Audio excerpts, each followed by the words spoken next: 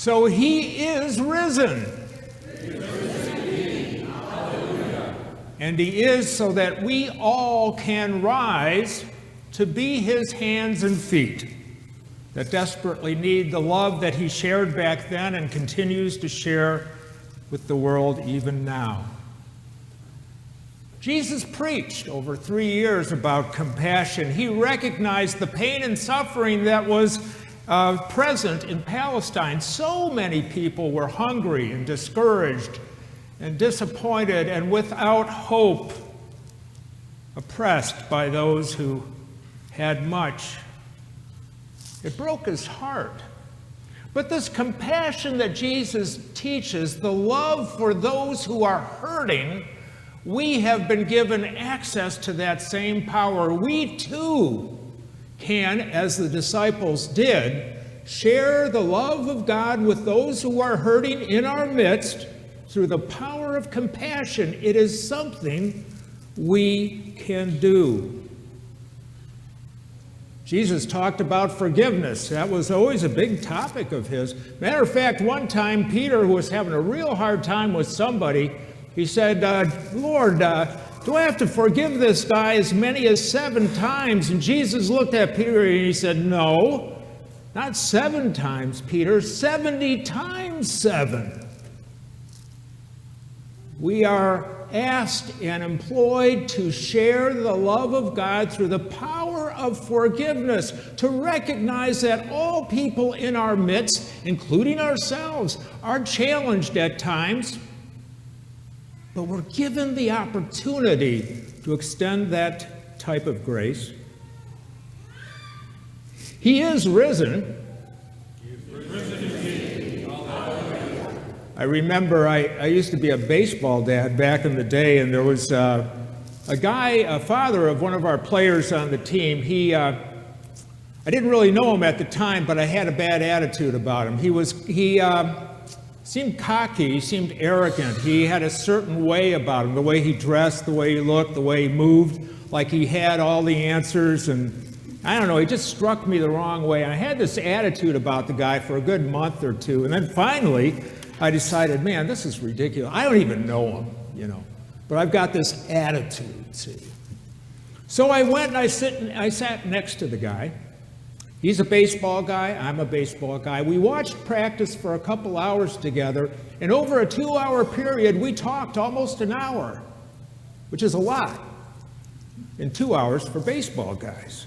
But we got to know each other a little bit. 2 days later, we were at another baseball activity for 3 hours, and we sat next to each other again. And again, we talked about 50% of the time. We got to know each other. We got to share stuff. We became friends. At the end of that session, we got up and we did a brother hug. It was the Spirit moving and working through us, saying, "Judge not, my friends, lest ye be judged." You see, he is risen. He is risen indeed. Hallelujah.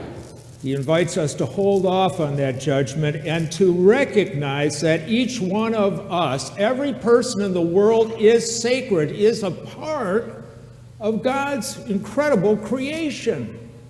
We are invited to marvel at this fact, to recognize that the life that we have been given is an opportunity to fully engage in this kingdom, to learn, to grow, to live, to love. You see, God has a plan. And sometimes people say, well, God's plan is mysterious. We can't understand why things are happening the way they're happening. God has a plan, but someday it'll make sense. I'm going to make it easy.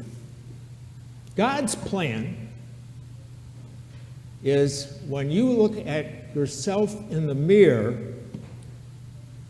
that's his plan. You are God's plan.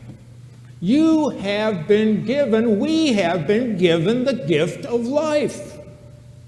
Our days are numbered, But with those days, we can enjoy the fullness of life by sharing God's love. It's not that hard. And it's very, very good. You see, we're sacred.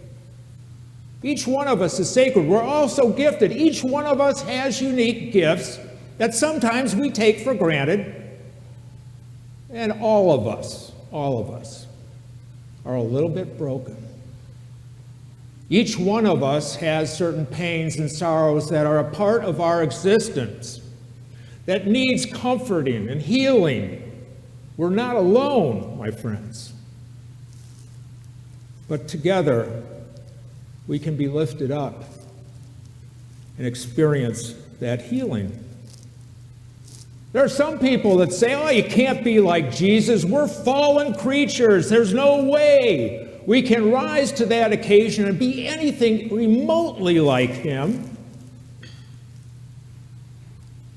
I think if Jesus heard those words, he would say, "Get behind me, Satan." Of course we can.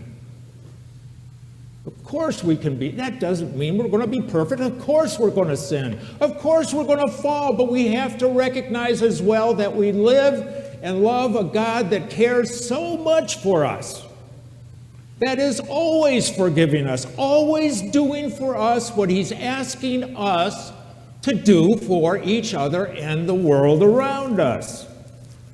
You see, he is risen. He's risen because we can rise up and do wonderful, wonderful things. We were made to give and to receive love.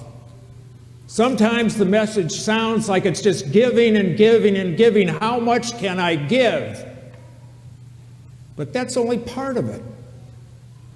We're made to receive love as well. Each one of us are broken. We don't have to be so proud as to just close up our arms and not accept the love and the graciousness of others. We are invited to open ourselves up and receive this love, to let pride melt away. It's a big part of our job. Don't deny, my friends, the opportunity for others to love you and to care for you and to share. Don't deny that opportunity. Jesus talked a lot about injustice. He recognized there's a whole lot of folk in Palestine that were oppressed. 90% of the people were poor. They worked hard, but they could never get ahead. Most of the time he spent ministering to them. But sometimes he talked turkey to those who were rich and powerful. And of course, this is really what gets them killed. But you see, my friends, we are given access to this idea of justice within the slipstream of shalom, and to be given the eyes to see unique pain and suffering in this world that is associated with various types of things. We are given the eyes to see racial injustice, to see religious injustice, to see the travesty in our nursing homes, not because of the staff, but because of the lack of staff that are there to help our loved ones in their last days. We are given the eyes to see the challenges of the disabled, whether it be mental or physical, the disabled that need an extra hand.